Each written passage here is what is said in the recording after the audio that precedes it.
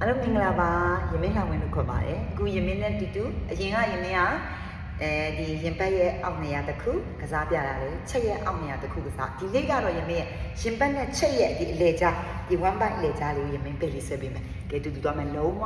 လွယ်လေးတူတူလိုက်လို့ဖို့လိုတဲ့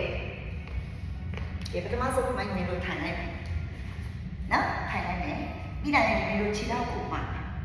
ဘယ်လောက်ဆိုမှလို့ရလားတချို့ကခြေထောက်ကိုမှနိုင်တယ်လို့ဆိုရင်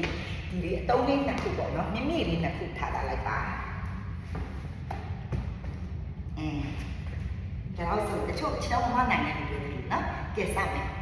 ready go ဘာရပဲခါညာခါနော်စမယ် go 1 2